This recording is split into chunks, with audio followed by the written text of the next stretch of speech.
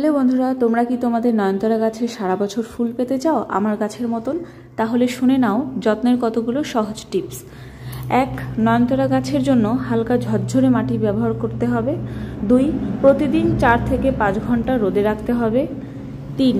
মাটি শুকনো হলে তবেই জল দিতে হবে, ভেজা মাটি থাকলে জল দেওয়ার প্রয়োজন নেই।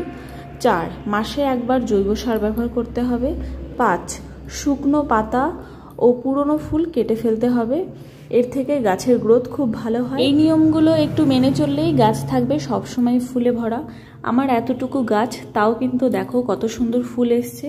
আর একটা জিনিস মাথায় রাখতে হবে, সেটা হলো গাছের গোড়াটা যেন সবসময় পরিষ্কার থাকে।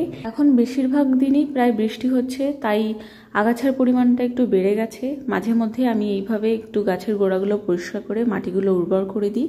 চাইলে তোমরাও করতে পারো, এতে গাছের বৃদ্ধি খুব ভালো হয়। তো আজকের ভিডিওটি এখানেই শেষ করছি। ভালো লাগলে একটু লাইক সাবস্ক্রাইব করে দিও। দেখা হবে পরবর্তী কোনো ভিডিওতে।